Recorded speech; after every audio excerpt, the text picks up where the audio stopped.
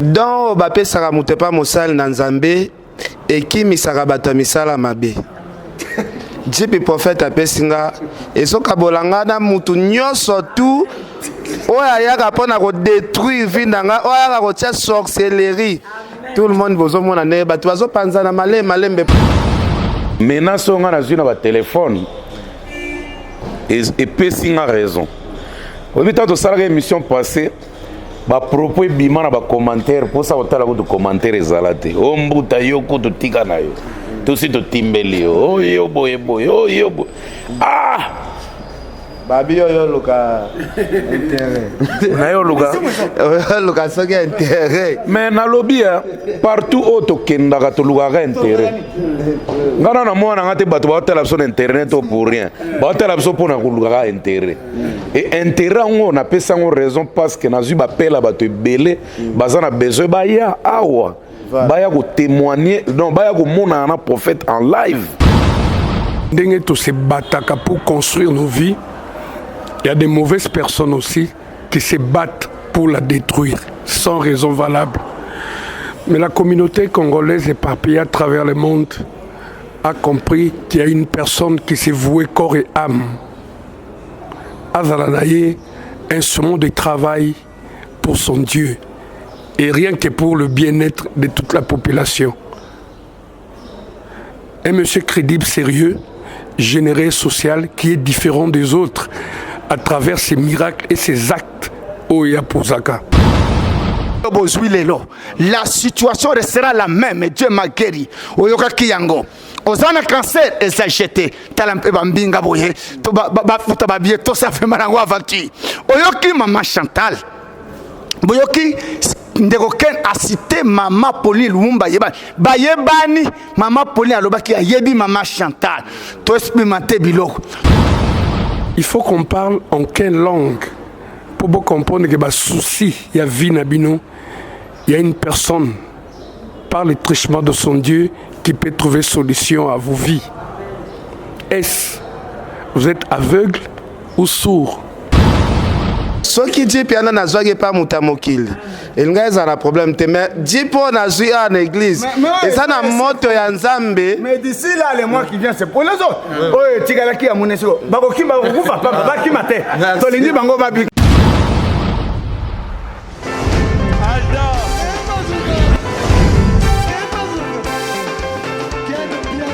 Personne m'a conduit, le monde est bien. Ailleurs, il y a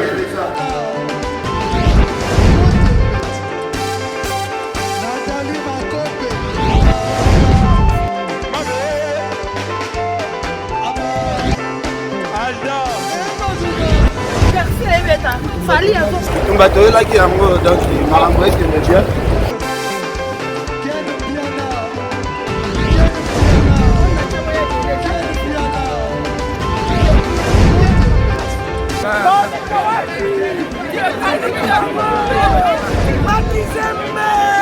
Ah bon? J'ai des lignes mon conduit. Ouais. Ah, ouais. This is London. This is London City. Excellent fidèle internaute, bonjour, bienvenue dans cette émission bien sûr sur Fimbo News et Africa Info. Voilà, c'est votre rendez-vous de chaque week-end avec l'homme de Dieu, le prophète Emmanuel Dodi. Nous sommes là encore une fois de plus pour vous amener bien sûr la bonne nouvelle. Lui-même il est là comme à l'accoutumée. À tout seigneur, tout honneur, nous allons passer la parole à l'homme de Dieu, le prophète Emmanuel Dodi, pour la balle d'ouverture. Prophète, bonjour. Oui, bonjour Ndeko Stemai. Bonjour Piana, na Kizembe, Mbuta International, na Basantu Bafandi Kote Oyo, Zamba Pambola Bango, dans Magode, Louis, Chantal, la sœur. Na yebisaka bino ke boyamba biso na esengo pe na bolingo na mitema pe na bandako na bino toye comme convenu et ça rendez-vous beaucoup bon habitude y habitude vraiment l'habitude. Je pense que na stade autocomi c'est vrai motama bezanga kate surtout ba congolais tembe zanga kate mais au moins tembe bukani makasi peza parce qu'il y a biloko kata katembe. Que Dieu vous bénisse. Ken Piana, il est là. Un petit commentaire. Merci beaucoup, Bandeko Baolanda biso vraiment de partout. Bato bazaka kana badoute, bakotika la kana badoute, bakomona miracle te. Bao bazolongola doute moi muke, bikamu sezo sala mela bango. En tout cas, monsieur lelo eza bien pour bana poto o ba recevoir ba miracle ya prophète Emmanuel Dodi, tozana bango awa.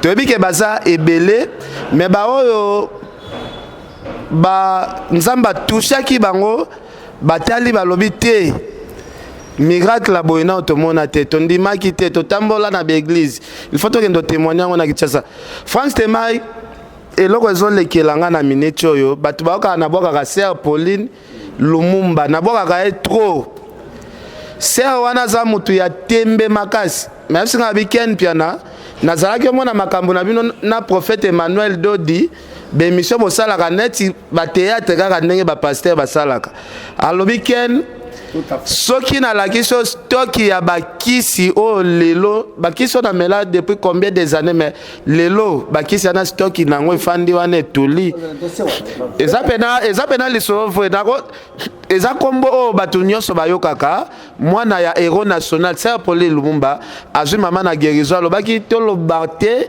ye mpe azofuta biye azoya awa en tout cas bandeko bozolanda biso o eza église ya ba théâtre te soki bozwaka ba église mususu basalelaka bino ba théâtre awa eza église ya théâtre te botala ken o boyebaka va akota église oyo botala ken ya lelo donc nga moko nano naza témoin parce que na recevoir miracle na église oyo ba blocage belé zara voir même côté à famille ba blocage yana pena efungwa en tout cas Franck merci Mutali Kassou aussi yazaki na semaine passée au Monaki d'ailleurs merci beaucoup pour l'appel Nabino Bozaki tellement ébélé cette fois-ci pour réagir positivement alors Mutali Kassou en tout cas en une minute hein pour te couvrir derrière temps bâtiment les amants ébélé ngai nana sengo makasi d'abord pour menace nga na zuna ba téléphone et pesi nga raison au bitan to sala émission passée ba propos bima na ba commentaire pour ça otala ko to commentaire ezalate o mbuta yo ko to tika na yo to si to timbeli o yo boye ah babi yo luka intérêt na yo luka soki intérêt mais na lobby partout auto kendaka to luka intérêt ngana na mwana ngate bato ba otala sur internet pour rien ba otala so pour na luka intérêt et intérêt on a pesa ngo raison parce que na zu ba pela bato belé bazana besoin ba ya awa ba ya ko témoigner non ba ya ko mona na prophète en live ngana na mutu moko azaka na tembe trop na France Jean David qui a monté na boa kepe mingi azana mwana azana problème très sérieux malade wana ça fait plus de 17 ans ils ont dérangé mwana na azana quarantaine mais na minute décision ezaki faut baya awa baya ko mona prophète en live nyonso wana d'abord ezana na ba téléphone mbuta bilongi to moni wana on dirait za sérieuté tomoni ki Sinjora, tomoni Roger Ngando, tomoni Ken Mpiana, tomoni Frank Stemanabi. Ah, na Frank mtazane longa betidia. Oh non. Na nde tomoni libino ndireza kopalar. Nabi ah. Donc Congolais donc à cause de l'eau normalité. Donc nion suka kopalar. Et baron de nini. Biso batu to yeboye, mutazo pe sa témoignage vrai. Et puis to yebie, c'est rwanga na yebie. C'est quoi les autres na oyebele l'église to mona nenga tambola balaksati na ba TV azo souffrir penza no la ta robe ngaku tunazo oko kamwa no wana eza ya flatterie ozo luka na suko zo mwa chweke nga l'émotion mutu bakomo gerango Congolais to tika biloko ba oba comprendre message bokene musika te boya koya na manzambe pe ba na tembete molimo bene tutayo yaka kutana na prophète ba sœur na biso ba vandanga en face ba futi pena ba billet sœur na ngai Louise a futi billet bande États-Unis Colorado ezawate Colorado New York soki Addis Abeba Kinshasa okokufa pe na crash maye quand même eza blague te ba sœur na biso ba Pauline Lumumba mwana Lumumba nana ba kolo tembe na Congo awa so to tient numéro 1 na tembe Lumumba yango azo indépendance siko mwana ne tembe po azo indépendance maladi Faut qu'il ne wapi. Donc en tout cas, on a mis à l'obate. Et ça comédie, et ça peut pas blague. Ah bon, on a eu le lugar le bico ce bino bozo ngo comédie na comédie ka ko na koti pe lola. Yo tikali ka ko to tikali. En tout cas, na sepeli makasi pe na banozanga te. Na zao. Ça qui décision à part ba émission to bandozana na kilt. Déjà dimanche to zalaki. Yoga ba misuso to mona ke zo sala direct mbuta. On dirait zo filmer concert à Bercy. Buzu ba film ba ndenge nini. De ce muda sembi téléphone bo lisumo. En tout cas ngani on swana nazana esengo parce que ngamo ko ndebe nazawa nazape témoignage. Mais na ko pesa témoignage nga après. Merci vraiment. Mesdames et messieurs, nous avons 4 sœurs dans cette émission. Vous avez vraiment patient et puis vous bango attentivement parce que c'est très important comme d'habitude. Le témoignage est différent et ça un plus bien sûr on a fait un abisso. Peut-être bazali n'a pas problème à santé. Je crois qu'ils ont occasion pour nous côté en contact. N'engue bossala qui la fois dernière. Bien prophète bango moko bazali. Les par bisso cinéma prophète Baza Ibele. Franchement, merci pour surtout besoin accorder cette chanson. Nous allons commencer bien sûr par notre maman qui nous vient de la France. Et un témoignage monene et puis pour comprendre pourquoi Foutibia Committee Awa. Tant que moi Koloba, c'est par là que vous allez comprendre. Bonjour ma soeur. Bonjour papa. Bonjour, je vous remercie pour votre micro. Je remercie mon papa, les prophètes et tout le monde. Et ainsi que tous ceux qui me suivent. Donc je vous salue déjà au nom de notre Seigneur Jésus-Christ. Je salue tous les affranchis dans le monde entier, les affranchis de Paris. Je salue mes enfants, Olivier, Sarah, Manassé, Loulengo. Je salue aussi mon petit frère, Papi Mangala. Je t'ai déjà donné les numéros de téléphone. Ne m'appelle pas pour me raconter tes histoires. Appelle seulement les numéros que je t'ai donnés. Tu auras la solution à tes problèmes. Donc je ne suis pas là pour faire des aventures ou un théâtre ou quoi. Je suis ici pour glorifier le nom du Seigneur qui a manifesté sa grandeur et sa miséricorde dans ma vie. Je m'appelle Maman Marie Godet Livtoy. Ceux qui me connaissent à Paris me connaissent sous le nom de Madame Loulengo Ndongala, le nom de mon fait époux. Donc je suis ici à Kinshasa pour venir témoigner la grandeur de Dieu et de son miséricorde dans ma vie. Je suis à Paris depuis 1990 et j'ai perdu mon mari en 2017. En 2020, j'ai commencé à rêver mon mari. Nous connaissons tous, nous autres les Africains ou nous les Congolais, quand quelqu'un perd son mari, comment ça se passe. Ma mère a appelé là-bas pour dire en tout cas, moi j'ai cru que j'étais dans de bonnes mains, parce que j'étais encadrée par de grandes femmes qui avaient aussi perdu leur mari. Mais bien aimé dans le Seigneur, Dieu est un bon Dieu. Arrivé en 2020, pendant le confinement, j'ai commencé à rêver. Je faisais des songes, je voyais mon mari. Des fois, c'était flippant. Des fois, vraiment, c'était traumatisant et ça me faisait peur. Ce n'était pas que moi et mon fils aussi aîné, Olivier, a commencé à faire des songes. Bien aimé dans le Seigneur, on dit que tu ne peux pas expliquer la situation que toi, tu n'as pas vécue. Mais moi, je vous raconte ce que j'ai vécu moi. Si toi tu as perdu ton mari, tu n'as pas encore rêvé de lui, mais beaucoup, je suis sûre que beaucoup vous êtes en train de me regarder. Vous avez des situations comme moi. Mais ne vous inquiétez pas, aujourd'hui il y a une solution. Vous pouvez aller voir des gens et tout ça va se coller, mais la solution est qu'à Jésus-Christ. Et Jésus-Christ s'est incarné à un homme. Si vous m'attendez aujourd'hui là, c'est parce que j'ai vécu des choses. J'ai vécu des situations traumatisantes, mais Dieu m'a fait grâce. J'ai rencontré l'homme de Dieu. Par rapport à ma sœur, Hortense que je salue, Hortense Maëla qui est à Paris. Cette fille, vous savez que pendant le confinement, les familles s'est rassemblées. Et elle habitait toute seule, elle a dit, bon non, je vais chez ma sœur. La Bible dit que mais notre Dieu fait toutes choses bonnes en son temps. Et c'était le temps que moi j'avais besoin de Dieu. Dieu ne vient pas par hasard. Aujourd'hui, si tu es en train de prêcher quelqu'un, il ne se convertisse pas Kokoboa a été. Moi, j'étais traumatisée, j'ai souffert avec les enfants, avec cette situation-là. J'ai dit au pasteur que je fréquentais, mais personne ne m'a donné la solution. Et un jour, ma petite sœur m'a dit, Yaya, je sais que tu es déjà servante dans une église Songolo Pakala, mais moi je peux te brancher. Moi je connais une église à Kin qui est en train de, on est en train de faire des prières, mais depuis que je fais des prières avec eux, j'ai trouvé la paix. Bien-aimé dans le Seigneur, tango likamboya kayo luka. Bible zo na biso beta kaka porte. Oyebi porte te oye ko fungwa melayo. Bien-aimé, c'est comme ça que moi j'ai pris les numéros d'ici et j'ai appelé le pasteur Gédéon parce qu'il était déjà en contact avec ma petite sœur. J'ai expliqué la situation. Moi qui croyais que basokola kingai bien. Basokola kingai bien, na ba maman ba kambi à église. Bazaki ko salanga toujours ba prière tous les jours na 4 ba la musanga na mati likolo na ndako na ba sambeleli mai na sokoli. Mais bien aimé, c'était pas ça. C'était pas ça, il fallait qu'un homme vienne. Tant on a eu ko zo numéro passé chamala. Na eko benga na eko expliquer situation nanga atuninga comment ça s'est passé lors ya matanga ya fait mon mari ne expliquer alobi maman tokobonde la kaka aiko pesa nga prière 3 jours.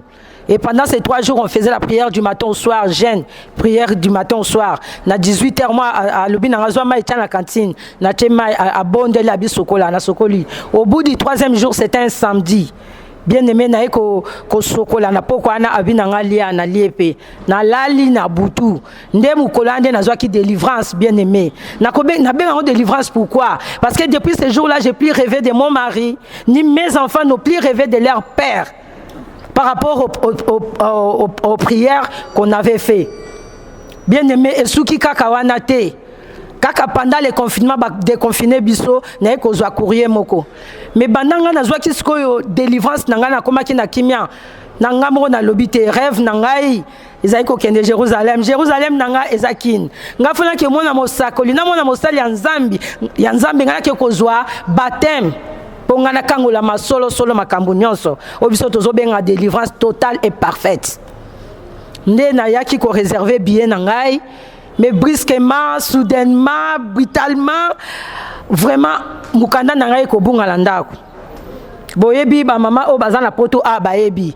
O bino bozotala nga la Paris, France, États-Unis, tout ça. Boyebi le koto bengi mukanda. Titre de séjour. On a zoa depuis 1990. Mukanda bungi. Bizarrement na kachandako. Na luka mukanda. Donc ndako na sali yango faute en comble. Na trouvaka mukanda te. Na eko yebisa encadreur na ngai pasteur Chamala ngabi papa na bungisi mukanda. La réponse qu'il m'a donnée comme tout le monde m'a donné, ah okomona na wango kaka eza nango kaka na ndako tala na ba manteau tala na ba veste tala na ba sac. Bien aimé dans le Seigneur, j'ai cherché, j'ai pas trouvé ma carte d'identité. Et pendant que nous on priait avec mon pasteur Chamala Gédéon, qu'est-ce qui se passe un jour na eko sala ndoto na sali ndoto na me retrouvé avec un sac qui n'était pas le mien.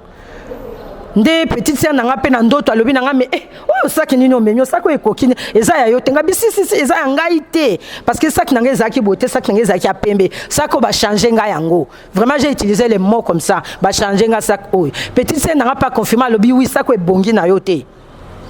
Bien aimé na yebisi pasteur Chamala ndoto wana alobi na mama likambo te tokosambela et puis wana tozaki na kosala donc ngamba na zwa kaka délivrance nanga na kota ki sera na mibwaka ki na ba franchi na koma ki na nga franchi na bandi ko landa na ba prière to yeko si sa première gerbe to yeko kota moisson tant to yeko kota moisson na yebi singa papa le kwa na sami mikolebele na mona mukanda ngote na moni na banda ba démarche binanga non kokota ba ko banda ba démarche te to silisana nous prière oyo soki ti to si prière oyo moni ke moni ngote oko sala siko ba démarche na mais to silisa to yeko silisa prière na so ya moisson. Si na eko yebisenga bi papa parce qu'on a ko banda démarche à lobby oui bien aimé na ke ngai démarche na ngeza ki kaka paire de pièces ngana ça dit à 32 ans la poto donc na ina ba démarche belé ya ko sala te mais à ma grande surprise na eko keneka na préfecture ba complication eko banda on dirait nde ngam na osenga asile na bandi na kendelele o mukanda wezangi na kende bo donc esali ke na 6 mois ya septembre octobre entre temps le roi rêve na ngezaki na ya awa na sina réserva ka bien na ngapona août le 18 août le 18 août ekokate ekoki mukanda na zuite na zongi na ke na changer date na ekocha le 24 octobre. Bien aimé dans le Seigneur, tellement mukanda ba déranger ngai. Petite sœur nanga maman na Gédéon, je salue Hortense, aiko lotando taloti prophète que prophète ayoki passe à kobota pas na zemi ayoki passe à kobota bongo mona passé prophète a commis pompier na ba pompier ba botisier ça césarienne ça péridurale ya tonga ba tchaka biso na Congo pour yoka douleur té. Effectivement ça s'est passé comme ça. Ma petite sœur ayoki kaka passi ake kobota normalement aboti. Ah, nga lobi non ça c'est du sérieux. Nga ipe na moni na situation nga na lota kaka prophète.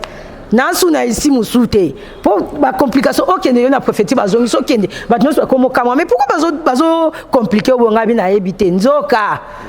Ba soro ba si ba côté la inga.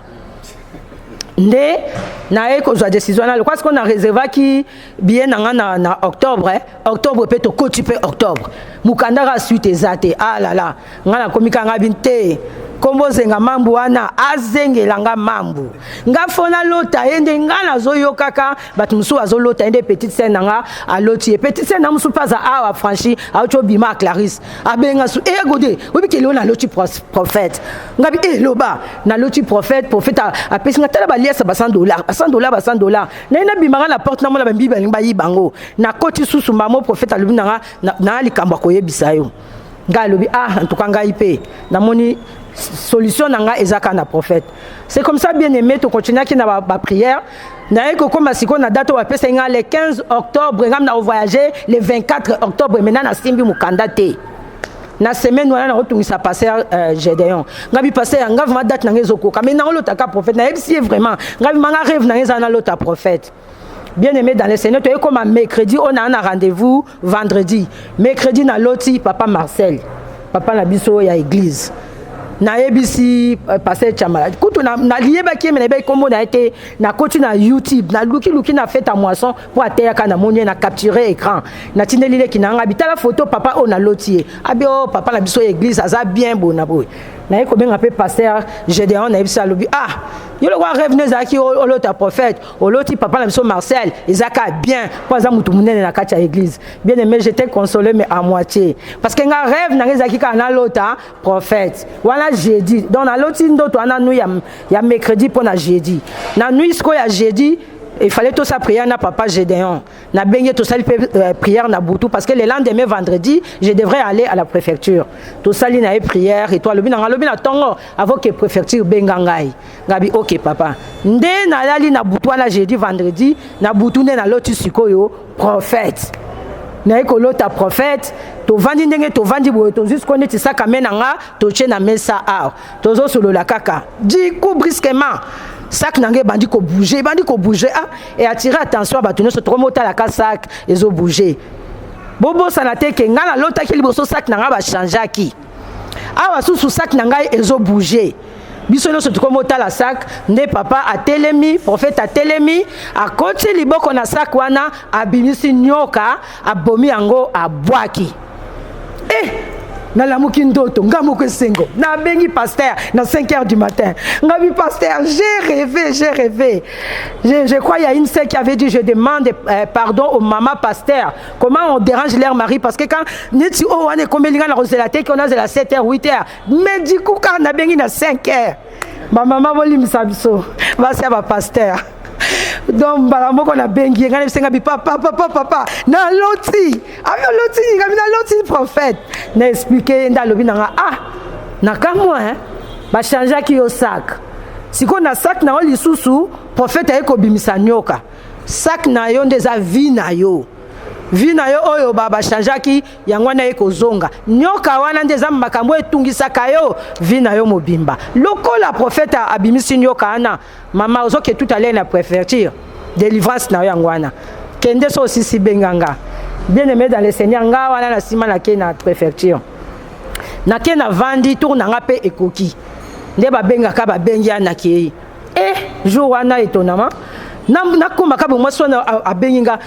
madame, vraiment désolée, je suis désolée, pardonnez-moi, vraiment comment je vous ai traité. Maintenant j'ai étudié votre dossier, j'ai vu que ça fait longtemps que vous êtes en France, vous avez des enfants français et vous êtes même propriétaire. Vraiment je suis désolée. Aujourd'hui vous allez avoir votre carte. Nana samte mangabi zayote, zenga mambo sa le kakiao. Ezayote na vandika na samtema. na nzembo na fétiche na yemba kana na ndo yemba oda na samotema na mona kake oh j'arrive à soi comme que j'arrive madame j'arrive je vais voir mon chef Akeya zonga na elinga mukanda apesinga bien aimé dans le Seigneur na bima na nzembo na monoko na bengi passer na jeter na salele kaka donc pas comprendre que Seigneur qui na salele ka nzembo na moi mke vidéo na chelier bandeko nzambo awa azaka nzambe to abikisa malade bozo kango ba cancer bazo bika mais oyo yo zo talanga la tango oyo okufela mobali okufela ndeko okufela parent oyo lotaka e toujours bazo sale malamu te luka moyen benga parce que tango boyo kasoli kamso nanu muto vivre en côté ata ba expliquer yo que na loti mobali nanga akufaki yo sala yo rien mais oyo yo zo tala ngai oyo za na situation na ngai oyo nano zi solution te ta la solution baloba kamena règle non exception ezali na vivre exception na tiki bana misatu bana France na futi bia Air France na e awa ponga désir na ngeza kina kende na mona na vivre ezali solo te eza émission te eza théâtre te eza des réalités ngaeyo naza na Paris naza akuto na France o na lukaki na moni papa na ngai ayambi biso noso o tozali awa Nalina sinale bine loko moko ba biso na Paris ba prophète awa ya Afrique to soto bengi tinana nous $300 tinana nous $500 ba intercesseur ba sala boy mais entre biso toza ba franchi ata obino so komi ba franchi na mikilo bozali oyo ba senga ki yo mbongo benga émission ezali numéro ezali benga oyo ba keser ozokosa po ya nzambe ba tekaka yango te Ezaya ofele alors kovanda na problème na yote kovanda na maladie na yote kovanda na mikakata note ba question ezangi ba réponse benga ezaya mbongo te ba leo déjà mbongo mingi lokola nde ona biso moko azali ba le mbongo mingi asombi ma pango mazwa ki lobiko te tia komaki awa ndazwi lobiko bien aimé boko yo que Dieu soit loué soyez bénis Amagode, merci beaucoup, très bon témoignage qui a édifié beaucoup de gens. On a loba ko benga thème exposant on a commentaire pour nous samona. Ceux qui basanga qui ont bon et bien. Voilà, nous allons passer vraiment rapidement parce qu'on a 4 témoignages. Nous allons prendre maman Louise Mahamba qui nous vient des États-Unis, Colorado.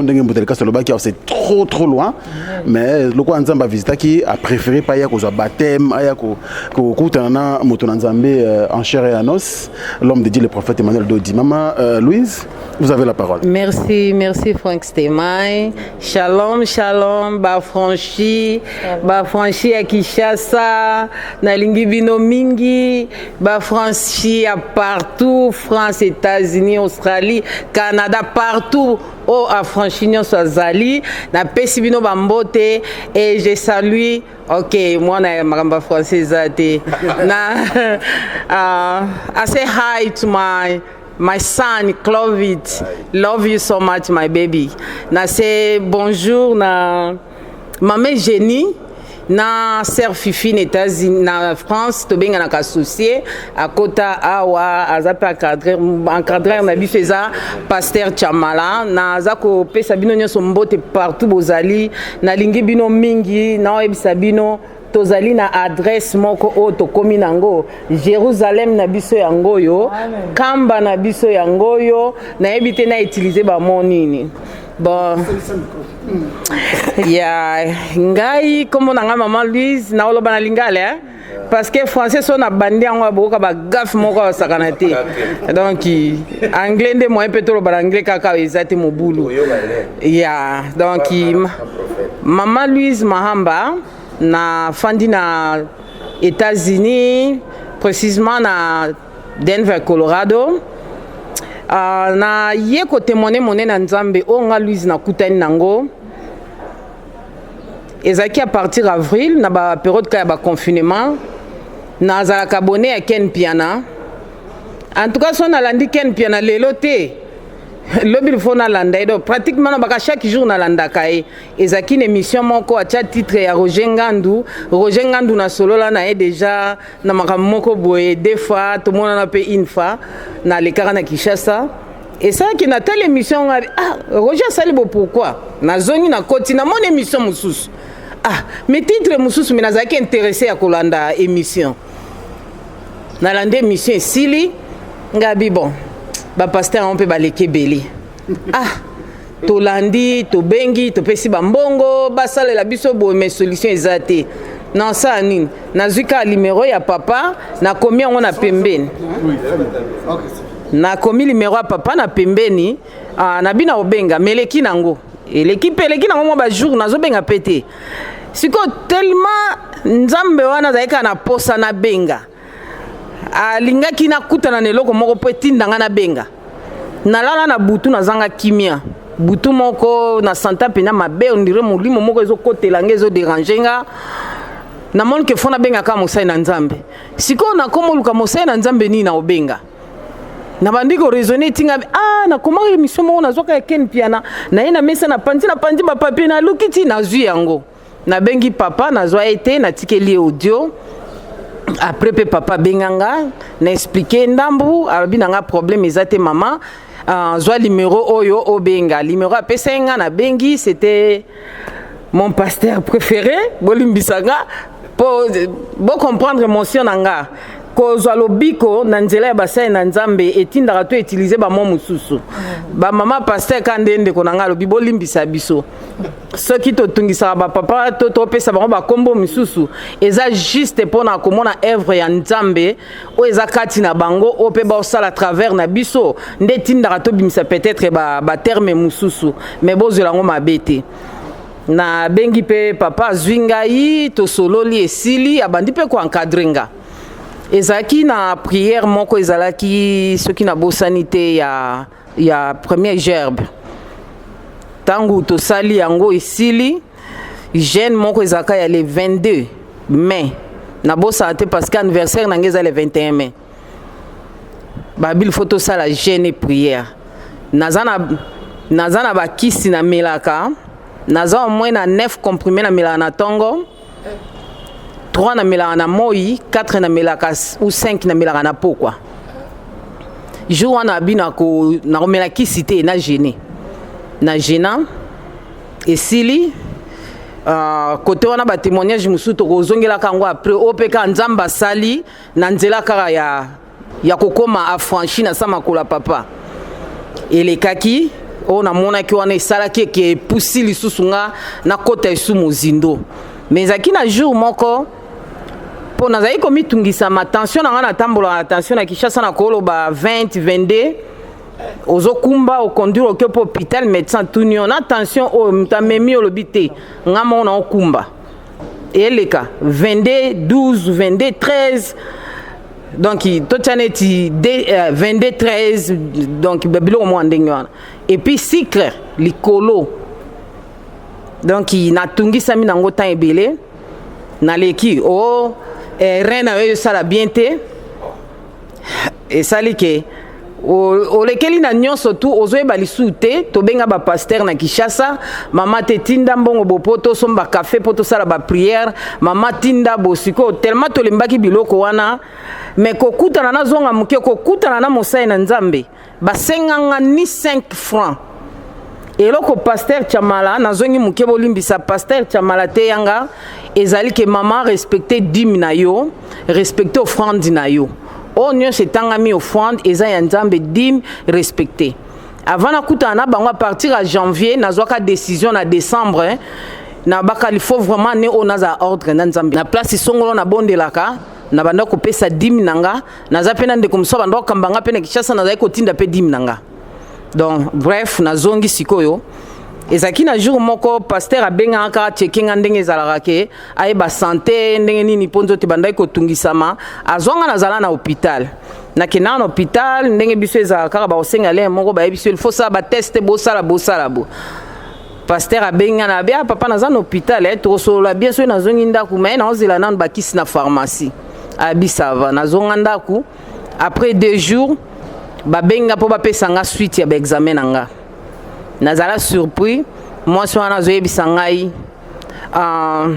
na anglais na so na Louise nga bezangai ya soleza yo pesa code na yo ya hôpital na pesa bona pesi à comprendre que zanga albinanga na bengi yo désolé pour na yebisa yo ke na ba test au salaki nyonso to moni secret ça va un peu mais to ko ozoyo ozana cancer na utérus bandeko nalela nazala na esengo te nalela lokola mwana mokie parce que naoleka na bamalade ebele oyo esalanga bolimbisanga oyo esalake naza na États-Unis na vivwaka naliaka bien nalalaka bien naza na condition nyonso oyo esengeli mutu avivre mais santé ezangaki kimia nazanga kimia na vie mo natungisa pasteur Tiamala mwana bi kaka nga pourquoi boye kaka ngai nalela o nakoka kolela ntango nazwa nouvelle wana bana nanga bayebi te naza na mwana moko kuna ya suka ya 27 ans ya mobile Clovid love you naza na ya liboso azali awa Chris 40 ans bientôt je t'aime bébé naboya koyebisa bango parce que na mona kwa nazo tourmenter mito ya bana nanga kopesaka bango basango moko boeza kitoko te mais naza na moninga moko topartageaka na ye mingi ye nde mutu nabenga nayebisaka ye nayebisa yaka na ndako aye tosololi tolie nakoka te me nabaki nayebise quand même mwa ayeba soki ata lelo nakufi ayebisa bana nanga nayebise mame Génie tala eloko bazwinga nango boye abanda kolela na place nanga nga na fandi na otala ye kaka aleli te sili to changea pe mbama na bengi mwana ne moyena ki otike ezate parce que tozaki na émotion na bengi mwana zui yake eleki après mikolo na ye ko benga siko Fifi qui a dit je salue ma série place aux en France na bengi lisusu na ebisiye donc batumi balé pambonga na ebisa bango na bengi papa na zui te na tikeli message quand papa minimizaka na ye Louise zala calme yoleka na yebisi pasteur Tiamala na kolela kutu yoso mono zo benga mtu yozo loba na kolela mais yazo yebisa abi mama zala calme yoleka ozonga lisuku kondo kote ko sala ba examen mususu to bondela ngaka si batona oloba ba kosela nga ba prière moko bandaka barabara sika banini ti babi misanga milimo wane bimambala moko kende mais bazolo balanga zala calme zala posé bozala mutu na place nanga ba yebiso za na cancer ozo mona déjà batu modèle ba okufa nango ozo tala po yebi on a niveau kuna tozali cancer na ndenge ba pesela basala ba examen 70% ya ba noir nde bazwaka cancer minde les a 30% ya ndenge basalela yango tozane belé na Kinshasa peut-être bakufa batikala ko yebisa te maladie ni na obela et belé za ndenge wana noir ndem tazwa cancer mingi par rapport ya mindele na yoka ba pasi ba douleur wana to continuer kaka ba prière ya période ya 50 jours to sala yango na ebité bandeko bolandanga partout ceux qui boyoka voice moko ekota tolanda prière tina suka kaka ndenge lobaki ma chérie lobi papa lera déchenaka azoko bondela azako prêcher azako lobana ko ganga na côté na côté délivrer mbala moko makam nyonso bimaka mbala moko ndenga lobaka bozela te bolandanga le moko soki ote na sel te kaka ndena lobabo oya koza discret allié nazala penda focaliser nazotala ye nalanda prière pour na olanda na télévision na mne na ndako nazwa phone pona benga mutu mususu menjoka nga na bandi ko enregistrer maka mususu na suka nango na banda eloko moko molimo kota ngai tembe sili tembe na crier eloko wana na bande kota na voice na comprendre tenga kasi na tindeli Fifi message mususu njoka ndenga na loba biloko mususu na kotisa pe kota na njoka nde ekota ki na ligne nde tolandaka wana donc on a monaki na kondima ya ba témoignage na mona ka batu bayoka ka balobaka siko nazaka na mwa kimia moko me elobelanga ka na kati nange bonga na o témoigner mukolo nini vraiment nzambe nyonso nga nazoleka nango nzambe mutu ami yebaka ye moko okoko tromper batu moko tromper jamais conscience na yo nzambe na ovumanga nazali na ndenge na mitambo elaka nzambe vumanga nazo mériter te siko elengi apotango ezanini na lobango ka kati nanga tant que si prière wana peleki nango na yebaka kezaki nde moment ya délivrance na ngai o na lobaka o ebimaka wana na sota na ndako mwana nazo comprendre te nazo kima nazo ganga eleka toyoko koma juste na période awa ifale ngana ya na Kinshasa na salle fort na kota na moisson na nouvelle ligne elekaki ya le 11 mai na rata na kokate na zaki likolo l'état na komi mais avant na ya il fallait na sala sko examen nyonso check out po na ya kokita Kinshasa na yeba ozobima ndenge nini makambo ezali les 7 na kenda hôpital na briska vraiment médecin nga changer tikra ponga na kitana ya na okuta nouvelle ligne wana mais esimba kite les 7 na kei basali pe examen nyonso tout ndenge basala kaka mais na ba eko benganga le 8 na monka message ekoti na fond po eza na système moko examen makambo nyonso osalaka batindelaka bino yango na moni ekoti na fungoli mais nazo comprendre yango te eza lokola ke o comprendre eloko mais oza sûr te est-ce que eza nini yango après na après-midi moko na moni babenginga tongi to so na Louise nga beza ngai pesa code to ebaki ezao parce que America pesa mutu musuru information mutu te loba yo tia na tia mwana nga mobali mais na kawana tangu na komaki na niveau wana na boya ki information wana ba pesa ka mwana nga po eko déranger na ebisi ezanga na pesi o akoka ko senganga ayebisi nga lobi bo ebinini mama you tested was good, we didn't see anything wrong, you are like cancer free, but you're gonna come back in 1 year to do the test. Nazongi se lié pe na bo sorry bolo na bon alobai na ngalobi tomoni cancer noto sali eza free ezate tomoni le côté mais toko tantos la pré une année et bongo zonga ngana kati na ABC. You know what, I'm not gonna come back tomorrow, today. Amen.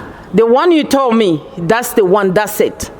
Nakoya lobite lelo oyo yebisinga nde réponse yango wana na ozonga lisu te pona ya donc yango wana et ça là qui que les 7 wana les 8 ba pesinga message nga déjà na sina zaki na billet fona longwa sko les 9 message micro bien pona longwa les 9 na longwa les 9 na esengo wana na bombela pasteur na préféré na betela ete pona nganga mona ndango na Kinshasa abana ko lobana tonga na olela ka lobana ngabi mama comme so ezali témoignage no ekoleka ozana oko témoigner makambo ebele ezala calme mama ezaka yo te ezala calme na lobela yango te na ya azaki même surprise pona ya koyebisa ngo awa donc tangu na ena komi na moment confinement to pesa na mbote te mais tangu na ya na tikela papa na yembela papa banjemba façon nyonso tout na pesa ba kombo na ko pesa po to benga ba pasteur to mona ba pasteur te na yebisa bino bozana Kinshasa o bozane nzambe mobimba tozane awa parce que oyo ya salaka na moni yango pa pasteur msute oui nzambe ba pasteur bazé belo basala makambu mais mutu na mutazana dona ye pesa melaka na batu nyonso te lelo kozala oyo yo oyo lobi oyo mais oyo nga na omone papa délivrance nde domaine na ye bon pour la polémique te na leki na l'église ebele ya minene pe ya pour la polémique te na leki na l'église ebele ya minene basali na nzambe pe bazali basala po bakosala mais vite on a qu'est-ce qu'on a poto ba oto benga na ba fond en tout cas wana vraiment nzamba limbisa ngai ba bikolo ba mabe ya mosai na nzambe te mais na molo kwa to benga be escroc ebele ya parce que na benga basenga nga différente mais bateyinga Bible balakisinga ke dimi na yo offrande na yo yango wana nde mutu ekofungolo makambo ebele lelo soki nazwi guérison ezala guérison na nga na fond mama lobi yalingaki alota po amona mais ngana na lukali kamba lota te mais na lota pe pasteur prophète na lotie na Kinshasa mais na lukaki guérison na nga te kaka na kolota mais souci na ngeza soka na tie mabolongo babandi to bondela Tchali boko boy, simba boy, nyonso pasteur, tolandaka basini. Biloko nyonso alobaka na biso. Soka lobi na minute boy, bo sala yango. Beta likolo boy, sala yango. Oyebite loko nini ko sala mana yo. Donc guérison ngana ye na komi na Kinshasa. Na kokai ko poussa na te mais na bando yebise papa, mutasi mbote ngana zoya na kango kaka na makolo na ko simbo. Po na yebi ke guérison na nga place na zoya kozwa. Menzoka guérison na ngela ndaki nga place na zalaki, tangu na komi papa embrassanga. Na yoka courant na nzoto me na lobango te. Na santa pena ke na oki courant moko salinga. Na kota rapport na ko déranger mosali na nzambe, naza kuna ko benge na fond, jamais grand homme lokola ye. Oyo mutoko benge pamba toko sakanite pa ko yambote. Poto yebi biso to yebi ba oto benga, to yebi ndeni ba mema biso, les cas fiche, les cas salaboye, pesa consultation na yo salaboy. Mais nazo kana lali na loki bien te na yebi keza papa le wana za soki na douche soki wapi menga na obenga zupe phone. Oh ye salamate. Merci Malouise. Yango na ye na bi ba franchi nyonso bozola nanga partout. Oyo nyonso azana problème ko hésiter te. Ezala yo zana na franchi te. Oleki ka komoni ne mission moko boye. Omoni prophète. Na mission bandeko nanga bazoleka ko hésiter te. Zwa numéro de téléphone benga peut-être yo zana ngo ya koleka mais na ko kolobondire maladie otomona keza ya koleka makasi za cancer. Ezana maladie eleki cancer te. Soki nga na zui guérison bandeko na bandai na te ya kabango na yebisaka bango makambo ya franchi na yebisaka bango o nyonso bolanda nga boyebi na États-Unis soki na yebisi bino tina babo moninga nga mo témoignage lelo nde boyeba siko na yebisaka bino nga moko témoignage ezalaki témoignage nini yango oyo o guérison nga na zui. Merci beaucoup. Vraiment. Merci beaucoup. Gloire à Dieu, gloire à Dieu. Alors, toujours, qui n'est pas beaucoup de commentaires à faire. Nous allons prendre Maman Chantal. Maman Chantal également, à Zoki Guérison Miracle. Et Yazarana Suisse. À Outi Suisse, à Genève. Voilà. Mboka Musika Pea. Donc, je crois qu'il peut témoigner pour le Nzambe. Shalom, shalom. Et Zalingaï, Maman Chantal Makila. Na Vandi na Suisse, na Genève. Maman na Higgins. Maman na Gillis. Maman na Exaucé. Soki nazali nesika oyo naaki na problème ya mokongo na problème ya douleur nzoto mobimba et umeli nanga pendant 20 ans na tamboli mingi po nazwa solution te ba médecin na kenda me banganga même basango mais solution nazwa te et kokoma na mois de juin na kombi komona sikoyo douleur ango eza koya makasi ngabi namoni ke fona sali sa examen général na ke pas médecin asali ngai examen nyonso ngabi non moi mukongo il faut na sengi radio ngabi en tout cas pas sur na soka na moni cette fois-ci ba retrouver que naza na problème moko grave nazeli résultat médecin benginga bi non madame il y a rien de grave juste un dos qui a beaucoup travaillé ngabi me docteur pas sur na zoka o yangai eleki abi nanga me douleur ango de 0 à 10 ngabi o douleur yanga ezali 9,5 abi mais c'est grave ngabi na c'est très grave docteur eleki moko mususu na zotala na koti na YouTube na sa kotala na moni Ken Piana ngalebi et pas Ken Piano eloko ninga na kozwa awa mota mususu elobi non yoka nanu namonaki mama Rose azo témoigner ngabi na yoka témoignage ya mama Oti na suka noki témoignage ya mama Rose nazalaki vraiment touché na lobi non na koma numéro tellement na tambu samona na ngai pe mingi na ba pasteur na komi koyoka soni pona benga ya saki na ndako ngabi lobi na tongo tango ya kolala nga na kolamuka na kobenga na lamuki pe na tongo na zui numéro na bengi prophète pa ya mbinga yi vraiment très gentil alobi na nga na kopeso numéro ya pasteur Tosha yende mutabana olandela yo abi na ngai benga ye kaka sikoyo nazwi pe numéro ya pasteur Tosha na bengi ka na lero wana ye pa yambi ngai to sololi na ye mais eloko moko prophète alobaki na ngai moko na benga ki wana alobi na ngai mama oko témoigner to komi ko évoluer na pasteur Tosha wana ezalaki na mois de juillet ti tozo évoluer to ko koma sikoyo na nouvelle ligne ya délivrance à sorcellerie na mois d'août nga siko nazaki pa moninga nanga vraiment nazaki kolanda pe oseriete nga bien na ke France pa moninga nanga azwaki matanga et ko koma vendredi à le 14 août pasteur Tosha benga mama Chantal en tout cas faut zonga na ndako na yo tongo etani nga pe na lobi fo na zonga na ndako mais ozali nino ko sala jeune ya esali pendant 3 jours ngabi problème ezate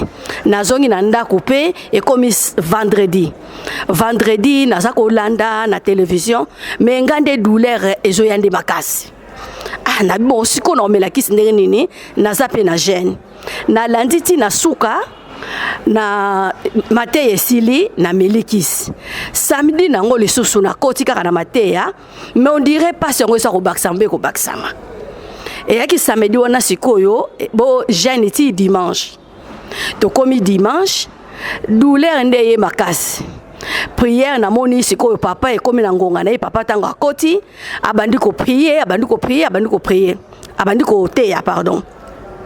Après le bibi no sobozali na Europe bozo loboko na bino ya gauche botia na motolu oyo ya droite botia na lipeka na bino ya bobali nga pe siko na landi nyonso wana papa sa ekoloba après na moni papa ndenga kazalaka ndenga se déchaîner na ye abandi ko se déchaîner na yo kaka prière esili oh na chaboy passer ça te ah na baluka bo passer ça te na sala boy oh o makamninga na so mono oyo na bandi ko ganga na bengi mwana na ngai nga lobi oyibike na biki mwana nga lobi arrête ça attends encore ngabi non nga sina biki sina bongi ngabi ngasi na biki ngabi na mosika nga na zui délivrance pasi oyo eumeli na ngai 20 ans ba pasteur na luka ba pasteur ndenge na zwa solution te na zwa libiki te en tout cas ngai fona somba billet na ke no komona vraiment prophète penza vis-à-vis boye na ngai po asili salanga makambo musonga na zanango mais oui parce que naza ba problème bébélé na saka na problème douleur te oui na somba pe billet na nga na ye awa kokoma na komi awa franchement basenga te loko moko te basenga ngai mbongo te pende to vandi awa ezali te ke to sala théâtre te ça vraiment sérieux et ça sérieux yanga na oyo nyonso baza kolanda biso esika oyo biso ozali boso luka libiki nde ezali nde esika oyo bobenga bobika ndenge biso to biki awa lobiko ezali awa ebongo bino ezali wapi lobiko na bino boya esika oyo bokozwa ya motuya yango wana papa na remercie yo mingi na remercie basali nyonso na kati na esika oyo tokomi déjà bafranchi nzamba kumbisama. Maman Chantal, merci beaucoup en tout cas. Là, Bolandi ba pro, tu vois ba pro, ba diaspora, ba tu vendre les bandes professionnels, on va témoigner, c'est pour dire que ba tu vas sur les bandes ya mboka, c'était important, ba les cas parce que bon mon akeza aventure terrain, tout ça pena maman mon to ani tika na imoko, comme d'habitude, miracle d'ici. Voilà, donc merci de continuer comme ça là maman mémé Ikabu. Il y a un biso na Kinshasa awa azana problème à Moussala et les lonza ambassade à visiter mais façon nzamba voilà de manière miraculeuse je crois que placé pour mettre ce témoignage. Bien aimé, shalom dans les seigneurs. Shalom. Ngai sœur mémé nazala awa na kin na ye na église oyo ba invita kinga kaka invitation ezalaki semaine ya malédiction ezalaki prière sous malédiction. Grand frère nangaza pasteur awa sambela awa invitaki ngai na ye na ba prière na yaki ko landa na vandi bon c'était vraiment intéressant tosali prière tosala ba prière nazalaki na dossier moko ya musala na déposaki quelque part nazala kozela bon tovandi prière pe eleki. C'était le mardi, le mercredi j'étais ici musala ngo nasalaki test nasalaki test te na rataki test au fait na rataki test na yebi pété test elekaki na yebi te mutu oyo il fallait yebisa ngai nake kosala test à se retrouver pe à bosani à bombeli ngai message nga na yebi que na présentaki na postulaki quelque part na zozela ba benga nga na sala test eleki et okoma vendredi ba prière et après 3 jours ka ya prière vendredi na vandi na église na yekozwa appel na zui appel musala wana benginga na leka na musala wana samedi na kende ko signer contrat musala natali nde ba komelenga message bon na kenda ki ko sa test te c'est sûrement ba se trompaki église esili na yebisi grand frère na pasteur na pasteur Moïse tala ba yebisi na ke sala ko signer mais na sala ki test te ayisinga yo ozoma pambola batu yo yeka kosambela awa te pasteur asambeli yo mbala moko rafle ba bénédiction ya bandimi na bon lobi pe na bengi muto ya falaki to ke akomisa nga kuna ye pazo kama bitin yo kutu na boya ki koyebisa yo ndengo sala test te ngo kozala dessus na bomba ika dossier na yo pour kendata année prochaine na bimo ba bengi nga bisa va y a pas de problème hier à samedi to continuer pe ka ba prière awa ezaki retraite samedi na tongo na kei na komi kuna nazo banga na binga na sala ki test te na olobani ceux qui batuni nga na kolobani ba okipa okanga ngai na banga ki makasi bazo yamba biso 3 personnes et comme pe na tour na nga na koti ye pa yebisi nga ba kota kaka ceux qui batuni ndima kaka na koti pe batuni nga kombo na pesi kombo ba otu na kombo wende to vandi boyemisa to batuni kombo batali batuni ami bale kombo ba bisete yo kombo ezate abi nga na sala ki test kombo ezate ndeni abandi kolela nga eska na sala ki na bangi na bon muta sala ki test kombo ezate nanga mutukutu na salite na kosuka wapi après ba yoko tuna nga batali kombo ezali ba remplir batuni nga identité mobimba ba remplir formalité à contrat ba bimisi pe ba pesinga na signer contrat na facilité vraiment na facilité na kamwe elekela kingai na kumisi nzambe a franchi na kumisi nzambe pasteur na ngai prophète Emmanuel Dodi donc eza eloko moko esalemi donc elekeli makanisi na ngai en plus à partir ya moment wana depuis na tia makolo awa na église oyo en tout cas ce sont des merveilles à merveille ba témoignage eza ebele et s'accumuler donc na domo na ba limitation kolongwa ba blocage kokwea donc vie na ngai ezokende bien donc esika ba difficulté zalaki nazozwa ba facilité nazwi ba donc ba grâce ebele ba bénédiction ebele yango na kumisi vraiment nzambe lesiko nazomona tine ezate na kende lisusu na tik église na kende sika nazalaki te en tout cas vraiment na ba oyo pe baza na ba problème ba o bazo tepa nanu bazo ebate bakangama na nzambe wapi il y a un Dieu qui existe ici il y a un Dieu ici na ministère à ba franchi et puis parole o ezote ya maawa soko yokiango il faut fongoloka maele il faut fongoloka ka intelligence na sagesse donc c'est vraiment autre chose ici yango na kumisi su nzambe. Je pense que c'était ça, c'était là les 4 témoignages qu'on avait aujourd'hui dans cette émission un peu spéciale. Spécial diaspora. Hein? Spécial diaspora. Voilà, donc nous allons clôturer comme dit d'habitude avec l'international de Roger Ngandou avant de repasser la parole bien sûr au l'homme de Dieu. Merci beaucoup Stémaï. Moi je dirais tout de suite, après qu'on a un témoignage à Bassiste Nabiso, allons-y comprendre que nous tous se battent pour construire nos vies. Il y a des mauvaises personnes aussi qui se battent pour la détruire, sans raison valable.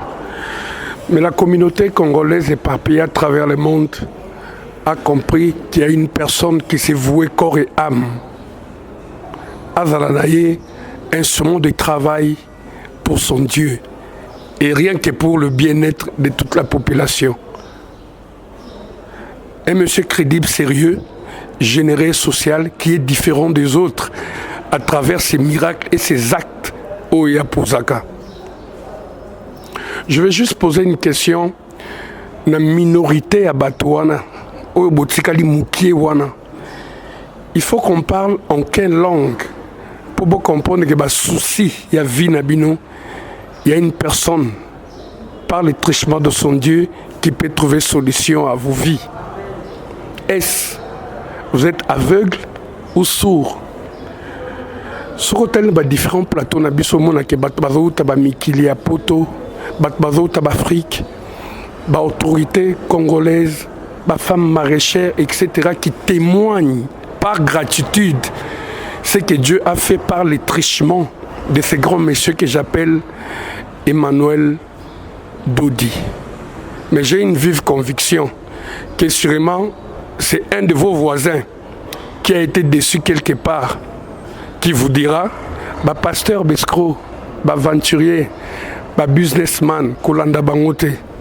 Mais il y a un adage qui dit, un sage prend ses propres décisions, mais un ignorant suit l'opinion publique. Moi, je vous dis tout de suite, je mets ma main à couper.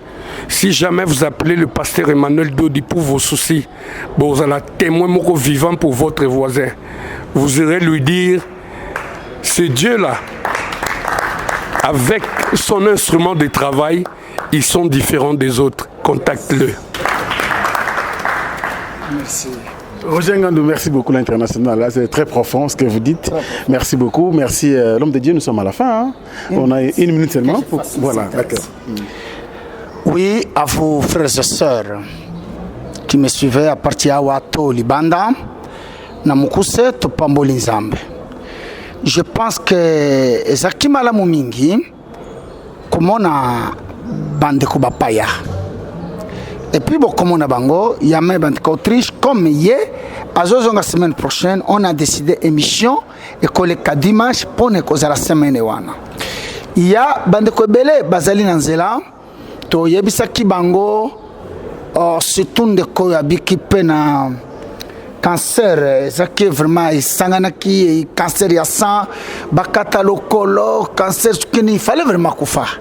À son bel qui passait mon parler. Ce qu'on passait à d'accord, il a suffi avec lui et moi. On est à traité, bakam suna pesa basali na tetanga moko 10 jours abiki azo na moi sinabana et d'ailleurs passer à zo empêcher ayatete à lui papa. Na zo ko tatro na zambe. Pona nini musal ezomonana. Boyoki mama Godé na Paris. Na mi adressé na batu kaka baba kufela mibalite na ba kufela basi. Mais oui, na mibali bakufela basi.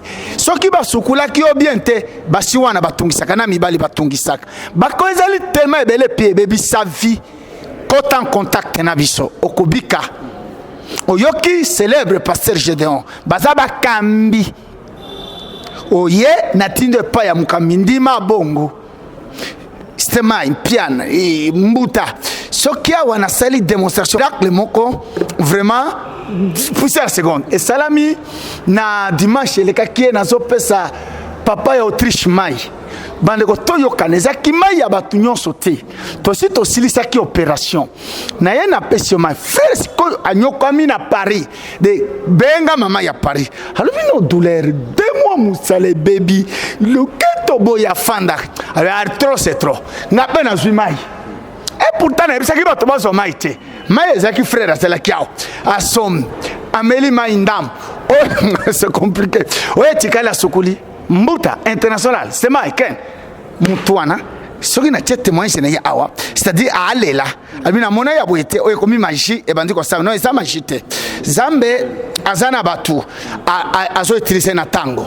C'est-à-dire oyoki mama États-Unis, Louise, la célèbre.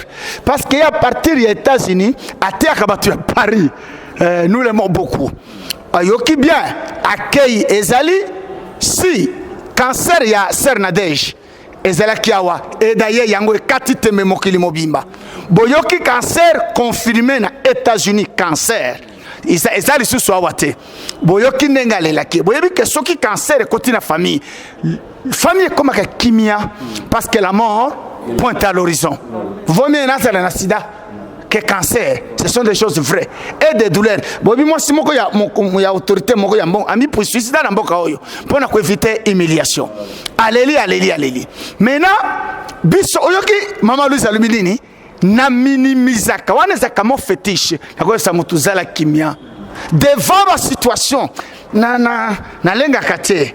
Donc batondi on prend ngo bato balinga te na yebongo te wana zali idéologie à Kinshasa na ya Zaire tozaki na yango masolo développa na Louise Kimia kanenge bango na États-Unis bazui cancer boyoki avant aya zongeli ba examen généraux même bindele baloba ki osana cancer nde bango ba proclamer cancer kolimoa c'est merveilleux cela et puis ba pesi 2 ans très bien na mi référé na mobali ya Ser Nadej il avait donné 2 ans parce qu'en soi au moins une réponse c'est à Maman Louise Obozeli dans 2 ans c'est la situation restera la même et Dieu m'a guéri oyoka kiyango ozana cancer et ça jeté talampe bambinga boye to ba futa ba bien to ça fait marango aventure oyoki Maman Chantal boyoki ndeko ken a cité Maman Pauline Lumumba bayebani Maman Pauline alobaki yebi Maman Chantal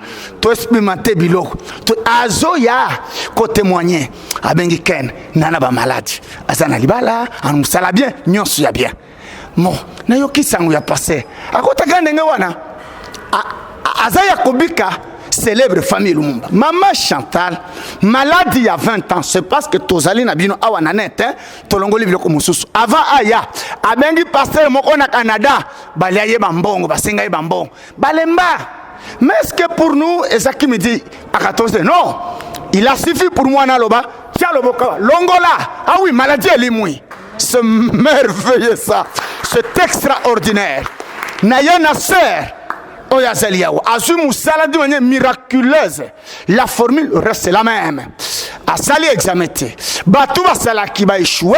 Ba yeko benga sika salaki examen testé les lots a commis travailleuse. Il y a qu'un Dieu vivant qui peut faire ces choses. Donc les lots yabango lobby yayo. Ozala priya mukanda. Oyoki ya musala. Guérison on n'en parle pas. Ba délivrance. Nzambe azo sali sabatu. Nzamba zo sala assisté d'ici là bokoyoka ba témoignage tembezo sila parce que ba autorité wana ba garantir ko inda le 17 yawa ozomona ezalaki ba kenda ki na poto eye esimité omonika ka to autorité bandar biso na ndako problème était même yeso muso asambe comme na ndako olunenga tobiki boizolu ndako ezo akolanda na église na yo bato bazobika ezali jeté to la mukaboye. C'est cette histoire. Kuna quelque part, on m'appelait Emmanuel Miracle. Et banda le loté. Donc, Kota, Osa Kobala, Kobota, Gokangama, Okokangolama. Et enfin, voici les dates. Nasoyako annoncé. Bloquez-les bien. Bien aimé. Les 14 et les 15, Toso Kendekota la Babola. Na funguli parenthèse dans pour ces 2 minutes. Na iloko na linga international yango wana. Même na zomo na motuka ya kene bozo polémiquer na so kama wa ba congolais. Boza ndenge nini ho? Na sala kama la mukoleka kena salinde makelele. Na pesa mituka numéro 1. Kena azali mutu apresse na ngata. To yokana. Ken ba intéressé bazaba shuni na ba stemai. Quel est le numéro ya presté? Azana presse nangate. Et ça ba mission ngena sala kana ba juste mususu. Numéro 1, pasteur ya presse awa na pesa ye mutuka. Soka na sombeli pasteur na Kikwit villa. Année passée na lingwa na sombeli pasteur 380 000 parce que loba makate intéressant loba ilokomoko. Et tout chacun ngai. Kengama kambo ya kenete. Oyo na monaki na babola. Chez Maman Coco, pasteur faire ça, il a été émis. C'est ce qui est important. Na banana babola wana kala na bengi osola nangai les 14 et les 15 tozo kende kotala babola.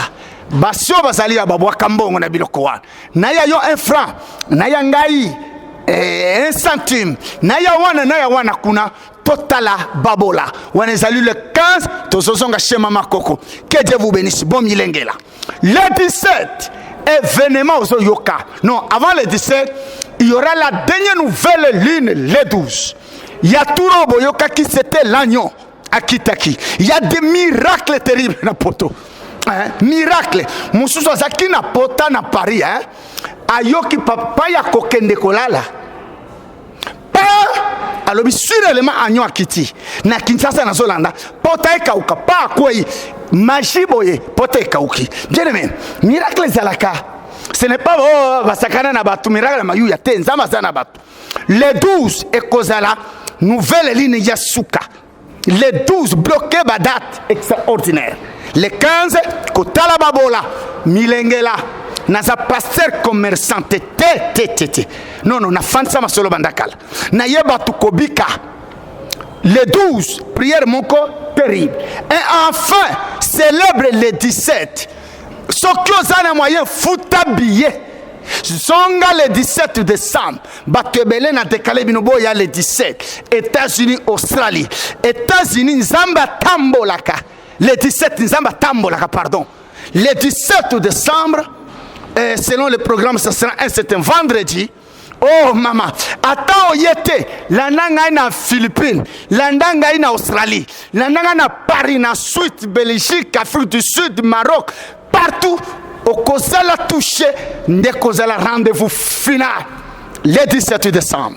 Les 12 nouvelles lignes et les 15 au Talibabola. Tikanzambe tata, Zamakole, so Pambola Mabote Yabasantu. Na yabino nyonso, et je vous remercie. Na Pamboli bino na Musala. Merci Piana, merci Mbuta, merci International Tochi Musika. Merci, c'est mal. De tout que na monitoro sali c'est fou. Monsieur Tosalaki, ba matikole ka c'est bon. Bon ba ça va congolais kaka. Ba congolais, ba ça maladie parce que elle que la bango ba passer bango ba ça les était parce que bandimi malembe ba so kata ba zo ya parce que ba monaki buzoba. Que Dieu vous bénisse. Rendez-vous les 12, les 15, Babola et surtout les 17. Zambako Tambola na Fiyabat. Merci. Merci. Na zone selora stemai os clôturer. En tout cas bana poto dans bapé sara mutepa mosal na Nzambe et qui misara bato misala mabe. Jipi prophète apesinga esoka bolanga na mutu nyoso tout oya yaka pona ko détruire vindanga oya ko tia sorcellerie. Tout le monde bozomona ne bato bazo panzana malembe po. Soki Jipi ana nazwaki pa mutamokili. Elinga eza na problème te mais Jipo nazwi en église. Et ça na moto ya Nzambe. Mais d'ici là les mois qui viennent c'est pour les autres. Oh tigalaki ya muneso. Bako kimba kufa papa baki mate. Tolindi bango babik. Donc ça c'est Amen mon homme de Dieu, merci beaucoup. Voilà, je crois nous sommes à la fin, nous sommes à la fin. On a pris suffisamment de temps, c'est bon. Nous remercions les mamans, surtout les mamans, merci beaucoup. C'est une grande bénédiction. Nous sommes à Nabino, Pambolabino. Nous avons les dates extraordinaires. Parce que pour les mecs, il y a des dates fétiches et magiques. Pour les Mickey, à changer bamon. Les arabes expression, alors retenez ces dates-là, c'est très important. Le numéro du prophète est là, Bobengaye, comme d'habitude, je crois que vous allez prendre le coup de Nzambe. Merci à nos mamans, merci également à Ken Piana Pitopale, Mboutaleka sur l'artiste, et puis l'international Roger Ngandou, l'homme du moment. Merci également à l'équipe technique, et surtout l'équipe technique, Maëlle Sadiki, et puis Alain BCBG, pasteur Daniel. Tchamala, Gédéon, pardon, Tchamala. Merci beaucoup et Maman Aimé également. Merci pour le travail. Nous sommes à la fin également toute l'église, ministère des Affranchis, message de la vérité. D'ici là, portez-vous bien et à la semaine prochaine. Au revoir.